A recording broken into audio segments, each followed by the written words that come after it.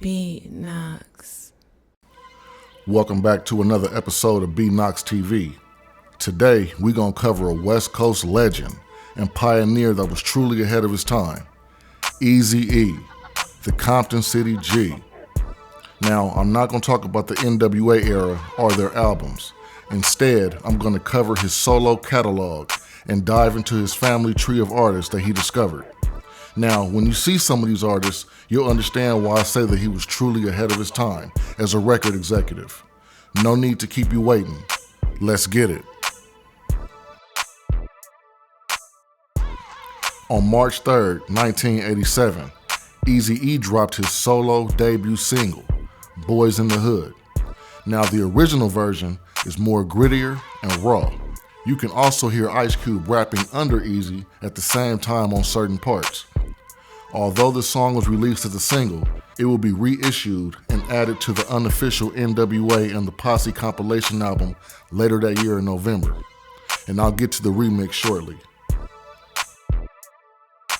June 5th, 1988, JJ Fad dropped their debut album, Supersonic.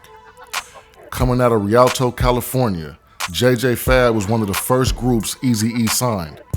The original group consisted of 5 members: MC JB, Crazy J, OG Rocker, Lady Anna, and Baby D.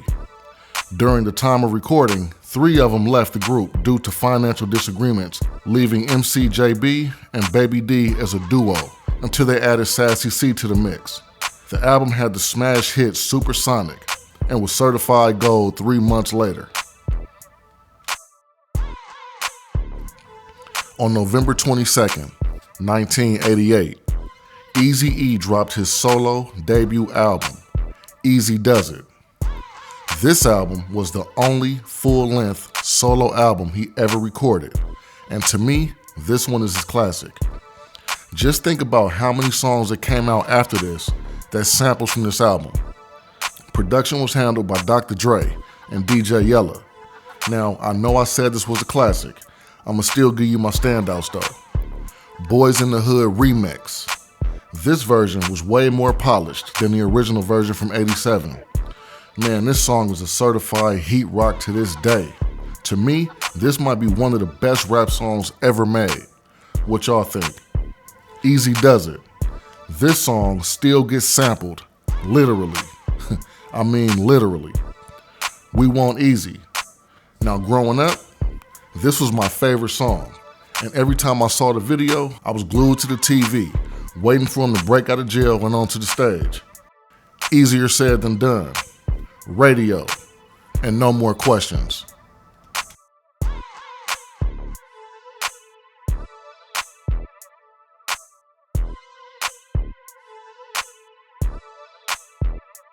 On February 20th, Above the Law dropped their debut album, Living Like Hustlers, a very underrated album. From Pomona, California, this group consisted of members Code 187, KMG the Illustrator, Go Mac, and DJ Total Chaos. Production was handled by Dr. Dre, Above the Law themselves, primarily Code 187 and Laylaw. 10 tracks, all heat. My standouts: Murder Rap, Living Like Hustlers, Another Execution, Menace to Society, this was a knocker, Just Kicking Lyrics, Freedom of Speech, Flow On, and The Last Song. On June 20th, Terry B dropped her debut solo album, Power of a Woman. The production on this one was handled by QD3, Schoolie D, Bilal Bashir, Greg Kwan, and Terry B herself.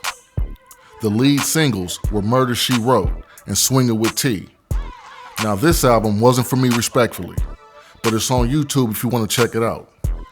After this release, she would go on to become a rock artist. Later that year, on November 13th, JJ Fad dropped their second and final album, Not Just a Fad.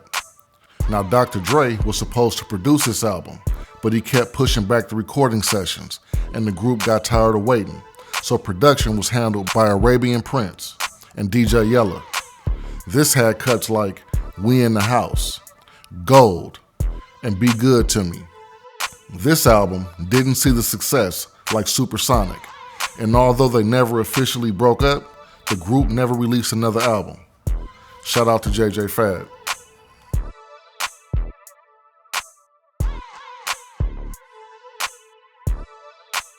On July 2nd, Cocaine dropped his debut album, Addictive Hip Hop Music, another one from Pomona, California. Now I'm gonna keep it clean. Cocaine has always been underrated in my opinion. I put him up there with Nate Dogg when it comes to hooks. What y'all think? Anyway, back to the album. Production was handled by Above the Law, primarily Cole 187 and Laylaw, with mixing being done by Dr. Dre and Big Hutch. Oh, I forgot to mention, Cole 187 also goes by Big Hutch, for those that didn't know. So going forward, I'm going to refer him to Big Hutch. This had cuts like Action, Who Am I, Nickel Slick In, gotta keep it clean. This song was also featured on the Deep Cover soundtrack, Keep the Flavor, Just a Friend, and USC's Finest. On July 16th, Above the Law dropped the EP, Vocally Pimpin'. This EP contained 5 new tracks, with the rest being remixes from previous songs. Now, according to some, this EP will be the first makings of what we would know to become G-Funk. It's rumored to be where Dr. Dre got his inspiration while working with Big Hutch, to where he would apply these production techniques on the Chronic. Now, I'm not sure how true this is, but what y'all think? Leave it in the comments. This had cuts like Playing Your Game, Dose of the Megaflex, and For the Funk of It.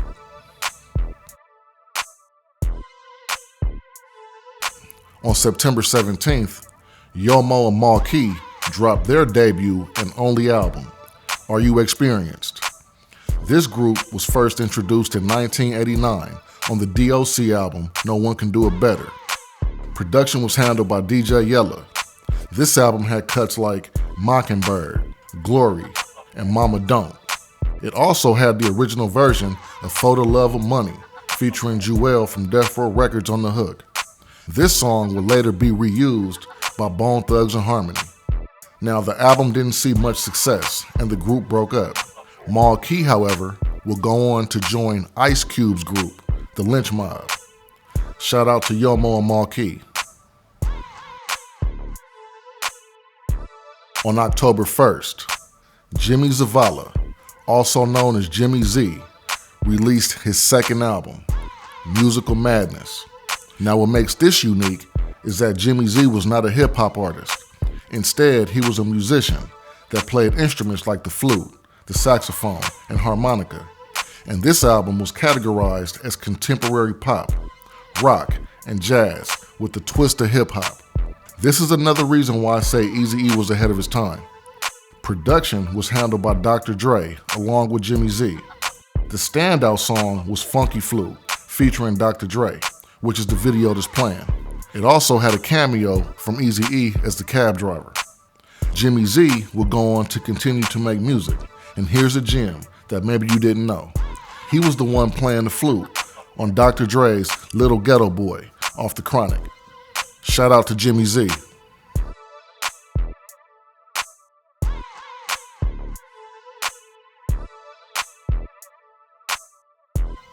On April 28th, the Penthouse Players dropped their debut album, Paid the Cost.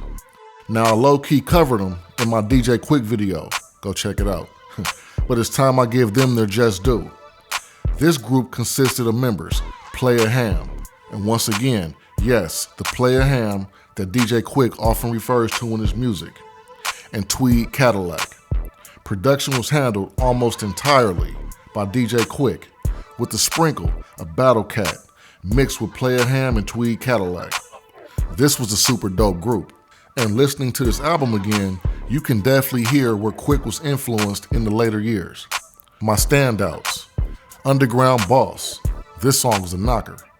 Checkmate, Trust No B, gotta keep it clean. You Can't Check Me, Just to Keep Your Attention, featuring King T, straight knocker. And Black is a Poet. On June 30th, MC Ren dropped his debut solo album, Kiss My Black Ass. Now, one thing to keep in mind, MC Ren was the only original NWA member that stayed with Eazy. And we all know Cube to be the main writer for the group, but Ren was also, and still gets overlooked for his contributions. Just thought I'd point that out. The album had major success, as it sold over 1 million copies in the first month. That's crazy. Production was handled by DJ Bobcat, MC Ren, and The Torture Chamber. This had cuts like Behind the Scenes, Final Frontier, Hound Dogs, and Kiss My Black Ass. On December 15th, Eazy-E dropped an EP titled 5150, Home for the Sick. I'ma keep it clean. I never heard this EP when it came out, and I don't know how I missed it. I just wasn't aware of it back then. Production was handled by Big Hutch, DJ Bobcat, Naughty by Nature, DJ Jam, and Madness for Real. This EP had 5 tracks consisting of the intro, New Year's Evil.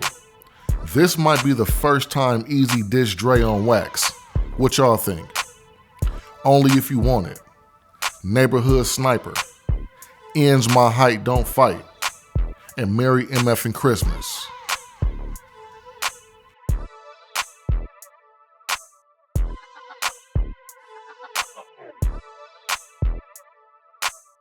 On February 2nd, Above the Law released their second album, Black Mafia Life. Just like I stated with Vocally Pimpin' being the G-Funk blueprint, the same goes here, as this album was recorded around the same time in '91, but was pushed back due to label issues after Dr. Dre left Ruthless. Production was handled by Above the Law. My standouts: Never Missing a Beat, Coming Up, Call It What You Want, featuring Tupac and Money B. This particular song, Tupac himself coins the term G-Funk. Hard You Are, The Dropper You Fall. Game Wreck, featuring Eazy-E and Cocaine. Pimp Clinic. Now, I must say, this beat, you can definitely make the debate that Hutch and Dre were definitely on to something at the same time. And I'm not gonna be the one to say who was first, so I'm gonna leave it there. VSOP, Process of Elimination, featuring MC Ren.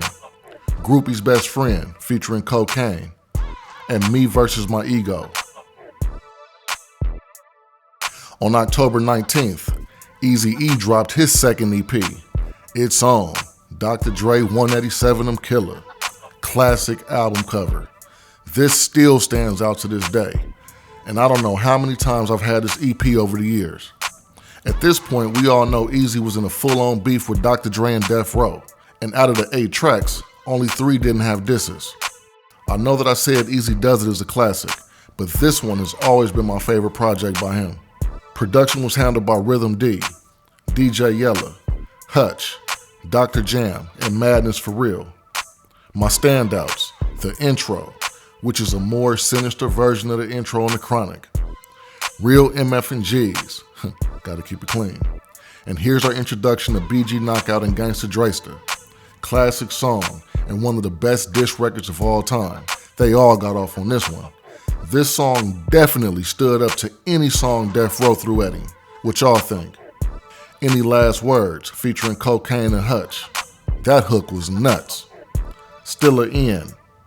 It's On. Boys in the Hood G-Mix was dope too. And Down to the Last Roach. This was always a banger. Oh yeah, one more thing. No matter who you have winning this beef, keep in mind, Eazy was getting paid from both sides. Now that's gangster.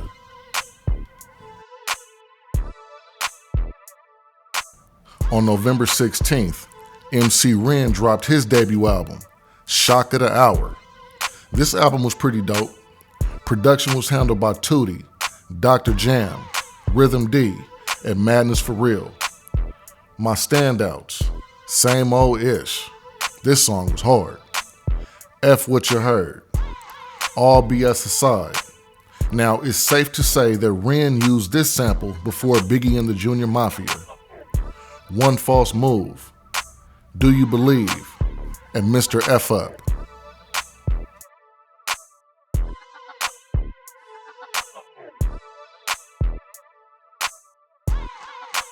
Sometime in '94, Eazy-E introduced the brown side. Now at this time, Eazy was trying to bring the black and brown together and give us the Chicano version of NWA, which to me was a brilliant idea. Another reason why I say Eazy was once again ahead of his time. This group consisted of members Toker, Fellow, Wicked, and Danger, with Trouble and Clever being added later. They dropped the single Gang Related, which was hard as hell. They would go on to drop Eastside Drama in '97, which somehow had Eazy-E and Dr. Dre both being credited. Shout out to the brown side.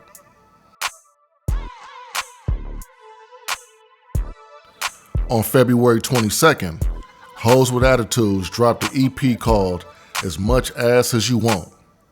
This group consisted of members Jazz, Diva, and Baby Girl. Diva later left the group and was replaced with the new member, Goldie. Production was handled mainly by Chocolate, with the sprinkle of Rhythm D and DJ Yella. This had cuts like All That, Body Snatchers, Ho I Am, High Times, and Great Taste. On April 12th, Cocaine dropped his sophomore album, Funk Up on a Rhyme. Production was handled by Big Hutch. My standouts, Funk from the Front to the Back, Slow Burning, I Need Representation, Bacon Soda Free, The Aftermath featuring Above the Law, and Don't Bite the Funk.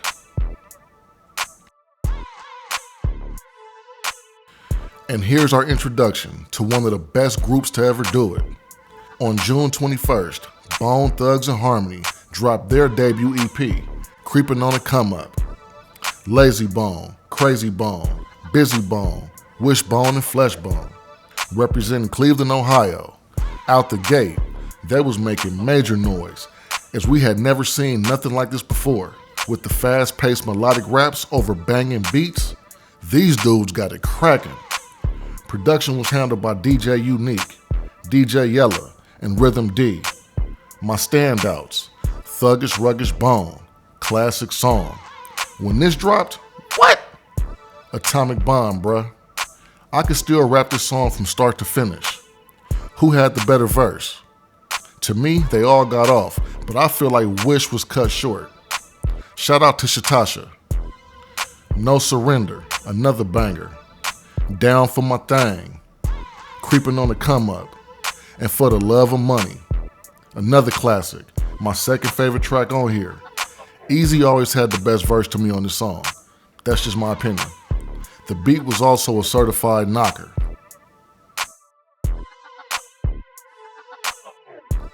On July 12th, Above the Law dropped their third and final album on Ruthless Records, Uncle Sam's Curse. Now to me, this is hands down they classic, with Black Mafia Life right behind it. What y'all think? Now before I get started, I'ma keep it clean.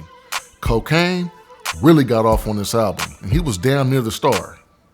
Production was handled mainly by Big Hutch, and every song is a heat rock. My standouts, Return of the Real-ish, certified banger. California, Concrete Jungle, Rain Be for Rainbow, Everything Will Be Alright, Black Superman, classic song. This stayed on repeat when it came out. KMG and Hutch got off on this one. Who had the better verse? The G and Me, Uncle Sam's Curse, One Time Too Many, and Who Ride. On August 23rd, Menage a Trois dropped their debut album, Chalicious. This group consisted of members Spice and Royal T. Production was handled by DJ Yella, Rhythm D, and DJ Unique. My standouts, Breaker, Never Creep, Cause It's Like That, La La La, Back to the OG featuring Eazy-E, my favorite track off the album, I Ain't Nasty, Kickin' Ass featuring B-Knockout, and Coming Attraction. Shout out to Menage a Trois. Also in '94, the At Band Clan was supposed to drop their debut album, Grassroots. This group consisted of members Will One Time, who would later be known as Will I Am. Yes, Eazy-E discovered Will I Am. Alan Lindo, Mookie Mook, and DJ Motivate. The album was never released, but they did release a video, which is the one playing. Another artist I wasn't aware of until recently that was signed to Ruthless and dropped the album was Stefan.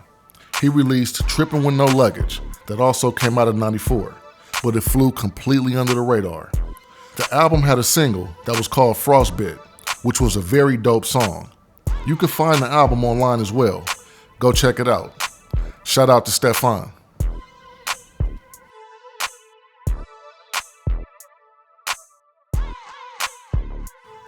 On July 25th, Bone Thugs and Harmony dropped their second album, East 1999 Eternal. This is by far their best album of all time, and to me, it's their classic. What y'all think? They took it to a whole nother level with this one, and by this time, Bone was the hottest group in the game. This album sold 300,000 physical copies in its first week, and eventually went on to go 4 times platinum. Production was handled almost entirely by DJ Unique with a sprinkle of Tony C. My standouts, the introduction. This was one of the hardest intros of all time. That beat was nuts. East 1999, Eternal, Straight Knocker. Was that sample from a Sega Genesis game? I can't remember. Down 71, Mr. Bill Collector, Buzz Smokers Only, Crossroads. This song is a timeless classic. Land of the Heartless, another banger. No Shorts, No Losses. First of the Month, another classic. Buddha Lovers, my favorite track off the album. I played the hell out of this song, and I still do. This might be the best song of all time to roll up to. Mo Murder, and Shots to the Double Glock. This was a super sinister heat rock. Sadly, Eazy-E would never see the success that Bone had with this album. It was released 4 months after his passing, but they damn sure kept the torch going.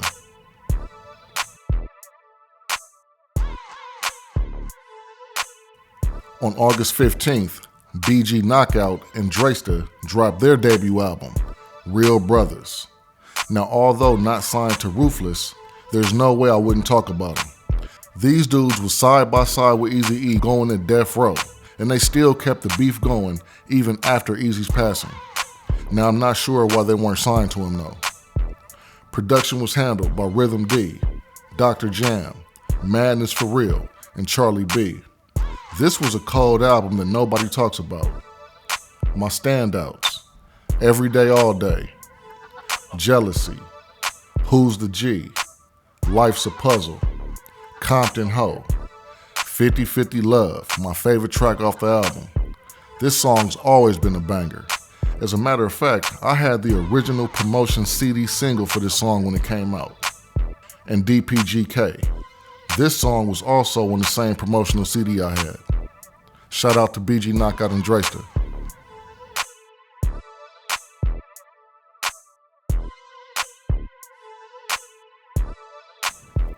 On January 30th, the second and final Eazy-E album dropped, straight off the streets of MF and Compton. Released after his death, DJ Yella compiled unreleased recordings that Eazy-E had done from prior years. This did have some bangers on it too. Production was handled primarily by DJ Yella. My standouts, Old School-ish. This was a certified heat rock. Just to let you know, Sippin' on a 40, The MF and Real, Creep and Crawl, What Would You Do, and Eternal E. On April 9th, MC Ren dropped his second album, The Villain in Black. Production was handled by Big Hutch, Dr. Jam, Madness for Real, and Big Jesse. My standouts: Keep It Real, It's Like That, Mad Scientist, this was a knocker, Still the Same End, Great Elephant, and Bring It On. On October 22nd, Above the Law dropped their fourth album, Time Will Reveal. No longer signed to Ruthless, they were still dropping heat. Production was once again handled mainly by Big Hutch. My standouts: Encore, Evil That Men Do, Killers in the Park, Hunter Spokes, My World, Indonesia, my favorite track off the album. This song was hard. Players and Gangsters, City of Angels, and Apocalypse Now. Bone Thugs and Harmony went on to drop The Art of War in '97. MC Ren dropped Ruthless for Life in '98. Above the Law also dropped Legend in '98 and Forever in '99. Rest in peace to KMG. Also in '99, Cocaine dropped They Call Me Mr. Kane. Shout out to the Ruthless fam. Like I mentioned several times in the video, Eazy was clearly ahead of his time, and he was a true pioneer on the West Coast. I could only imagine what else he would have accomplished if he was still here. Rest in peace to Eric Wright. And that wraps things up for this episode. Don't forget to like, subscribe, comment, and share. I have more coming soon, so stay tuned. Till next time.